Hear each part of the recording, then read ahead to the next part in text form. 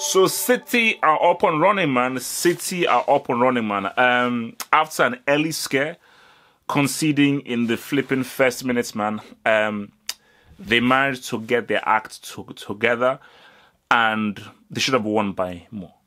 It should have been 3-4, 5-1, because I think after those first 3-4 minutes that were pretty hairy for City, they focused, got themselves together, and they really played fully well. So I think City, I think they definitely needed the results just to give them confidence after that setback against Lyon. And you've got to give it up for Hoffenheim, because Hoffenheim played a very brave, confident, risky tactic, Because most teams, even if you're playing at home against a team that's considered one of the favourites of winning the competition, you would say, okay, let's just sit back a little bit, let's really protect, get some men behind the ball, and then try and break.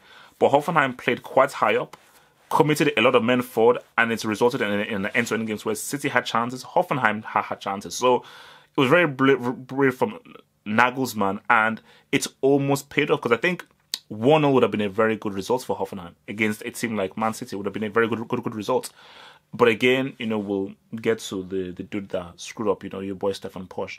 But I thought, in this game, Silva took over. I mean, David Silva showed his amazing quality. Look, because again, he was really instrumental in both of the goals. It was his quality through ball to Sane that set up the goal that allowed Aguero to score. And then it was him stealing in on Posch's mistake to then score the winning goal, which was a very well taken goal. But also his anticipation to really gamble, get there at the mistake from the miscontrol from Posch, and then quickly put in a very, very good finish. So, but I think Silva was amazing. Like, his distribution of the ball showed you why this guy is still playing at his peak.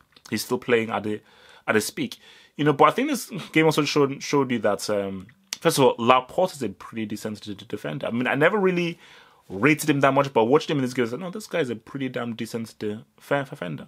But this game reminded me that Aguero the guy's a superb striker. Like, don't talk to me about Aguero and Kane anymore. Please don't. Like, they're worlds apart. They're worlds apart. I mean, when you just look at what Aguero can do, because again, I was just talking about the United game and just how trash and much of a brick Lukaku is. And you're looking at Aguero, because there was that opportunity he had where he trapped the ball, made space for himself, and then shot from outside of the box, and literally was inches away, just over the bar. And when you just look at this guy's ability, what he can do, because this is a guy who can get at the end of a through ball, at the end of a short pass, and he can create a goal for himself. You can just give him a long ball, hopeful ball, he will control it, and he can take it upon himself to try and at the very least, create a chance, but may even end up scoring. So the dude is a fantastic striker, an absolutely superb striker, easily one of his generation, one of the best strikers of his generation, for sure. An absolutely amazing striker.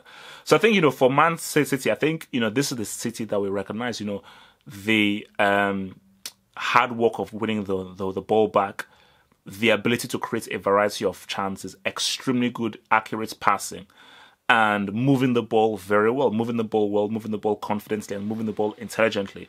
But I still got to give it up for the young man, Nagelsmann. This guy is definitely one of the big up-and-coming coaches. What he's doing with this Hoffenheim side is amazing, and I think that going up against a guy who many people consider one of the best coaches in the world, in Pep Guardiola, in a team that's one of the most talented teams ever, I was super impressed by what Hoffenheim did. Because again, even at 1-1, as much as City were pressuring them, Hoffenheim could have stolen that game. So shout out to Hoffenheim. So yeah, man, that dude for me, easily David Silva. Easily, he was that dude for me. I mean, apart from the pass to Sane and the goal, he was just good. Because whether it's passing, drifting past players, making up ground, being instrumental, he was literally the guy that was defining the game for Man City and pretty much setting the tempo for the entire game. So shout out to your boy David Silva. I'm sorry, brick of the game has to be your boy Stefan Posch. Obviously, Nagelsmann made a statement saying that he's a young man, and he says that it's not really his fault that the goal went in. But I'll do it for you. You've got to protect your player. Bro, your team is 1-1. What the hell were you doing? It was a horrible control. He was not aware of his surroundings around him. And it was a case of where you either control that well or you have to react quickly and get that ball out. So literally, it was our miscontrol that allowed David Silva to steal in, and 1 point now went to 0 points. So you've got to eat that. You've got to eat that. That it's your fault that Hoffenheim did not walk away with at least a point. So yeah, quality game, great game to watch. Really good game to watch. But I think City with your boy I think Sterling also did pretty well as well. I just think that for City, they really got back to what they were doing.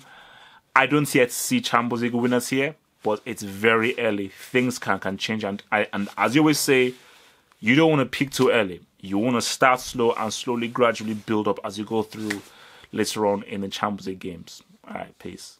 Thank you for watching this video. Think about pledging and become a Half Football Hot patron.